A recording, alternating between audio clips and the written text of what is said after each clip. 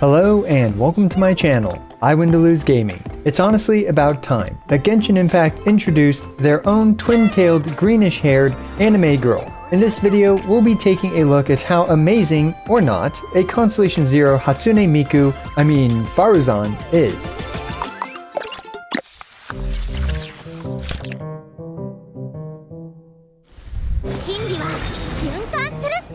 So I have been clamoring at the bit for an extremely long time for there to be a dedicated support for Xiao. Faruzan is the next highly specialized buffer in Genshin Impact, but this time for the Anemo element.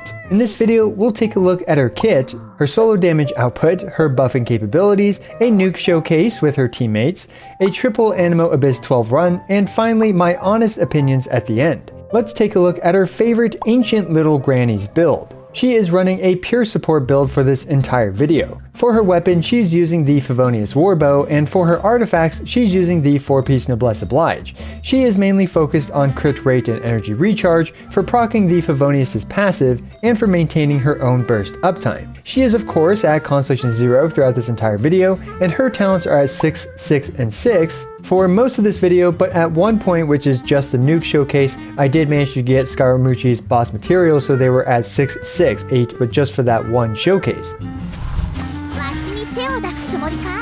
Now we can finally see what Faruzan is capable of doing after 100 years of being stuck in a puzzle. Let's start off by inspecting her basic attacks. Parthian Shot. Being a support character, Faruzan's basic attacks are sure to annihilate all that come her way. Clearly we can see the Regicide shudder in terror as she tickles it with her physical bow attacks. Being a bow user, Faruzan's charge shots are just the typical cataclysmic bow charge shots.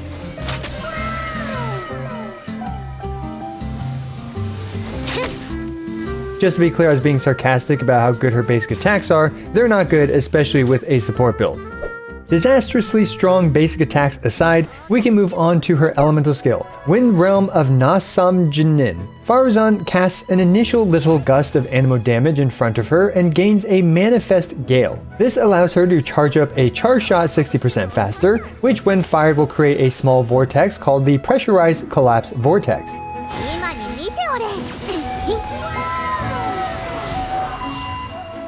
As we can see, the damage it's doing with a pure support build is pretty negligible. As for its grouping capabilities, well, it feels roughly as good, perhaps a little bit worse, than a single Sucrose E. The range is a bit small, but it's usable in some situations, and it is nice that you can aim it wherever you want it to go. There's no persistent pull like Venti's or Kazuha's crowd controlling capabilities, and also only the Pressurized Collapse Vortex generates any Anemo particles, and it only generates 2 Anemo particles from my observations. Sadly, unless you need a pinch crowd control ability or are desperate for a couple Anemo particles, this isn't the greatest elemental skill we've seen and also not the greatest use of her time.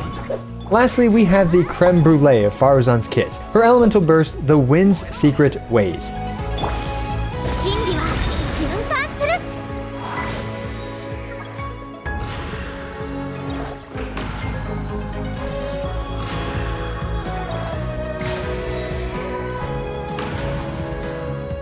It does an initial hit when it spawns, and then it pulses in a triangular formation, and including the initial pulse that actually does damage, it does 7 total pulses. Notice how the 6 subsequent pulses did not do any damage. At talent level 6, it provides your entire party, including off-field characters, 25.2% Anemo damage buff, and enemies presumably hit by the pulses have their Anemo resistances decreased by 30%. Finally, her passive 2 adds 32% of Faruzan's base attack as flat damage every 0.8 seconds. This is a lot of great buffs for an Anemo DPS character to take advantage of. As we can see though, at Constellation 0 and with this support build, old Granny Faruzan isn't able to take advantage of her own buffs very well, as her entire kit barely did any damage to our Regicide friend.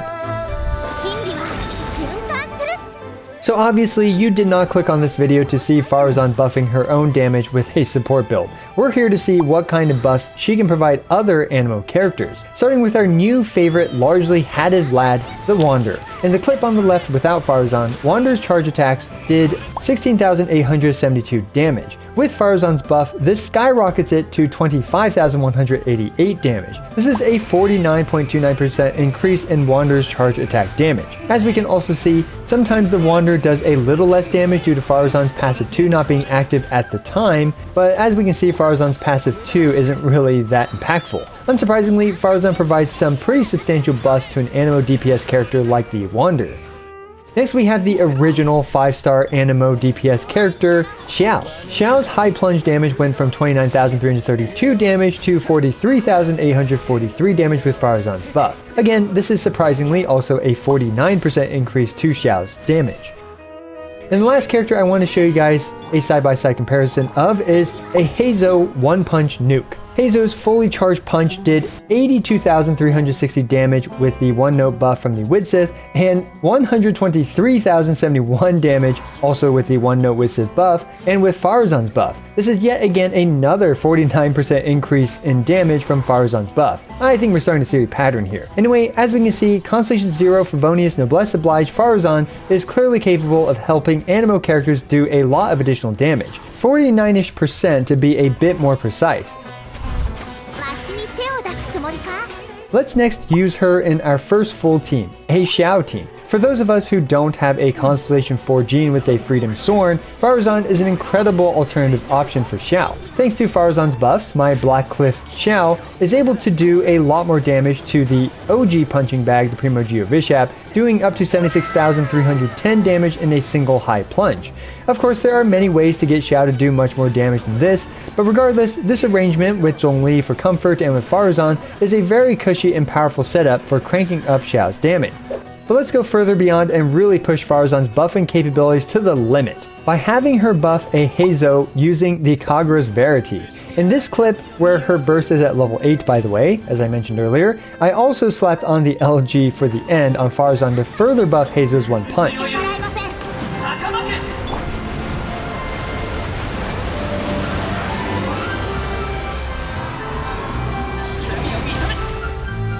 With food, this team was hilariously able to 2-tap the first phase of Scaramucci. We gotta unload this on the second phase too.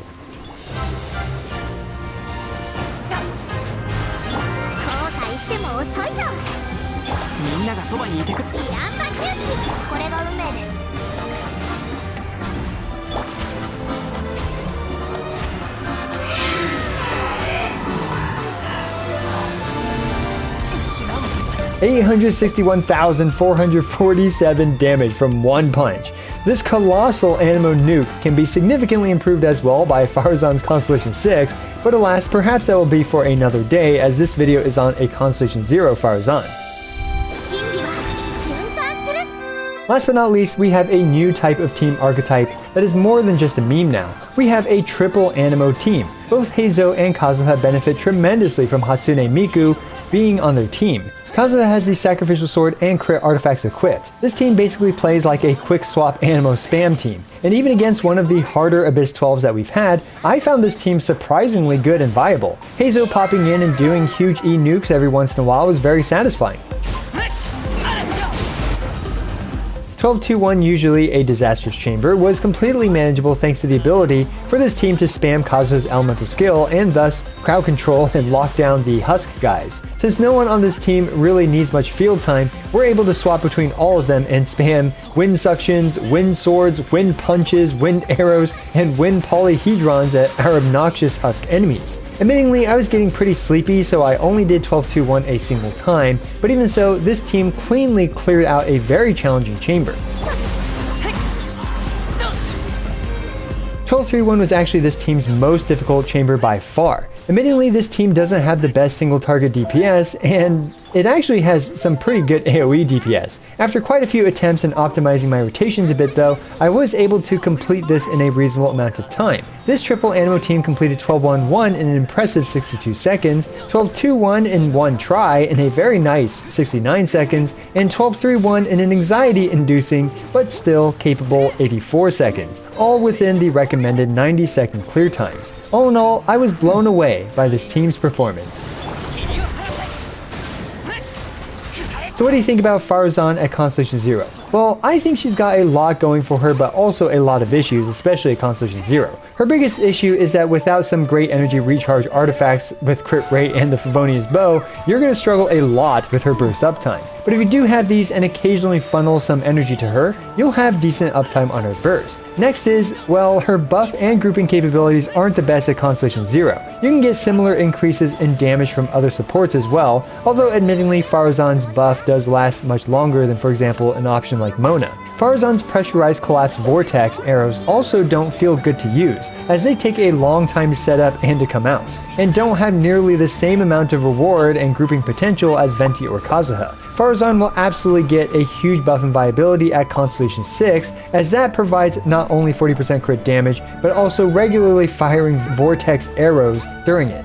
So I do feel a bit sad about her getting way better from her Constellation 6, like most of the other niche buff characters. Nonetheless, she feels like a usable Anemo support character even at Constellation 0, as a 30% Anemo resistance shred and a 30ish% Anemo damage buff are hard to come by. Also, I regularly make Genshin Impact videos ranging from Caesar showcases, DPS showdowns, guide videos, and more. So be sure to smash the subscribe button, as it's the best and easiest way for you to support my work. Also, don't forget to like the video and leave a comment for the YouTube algorithm. As always, I appreciate every single one of you. This is I Win to Lose, signing out.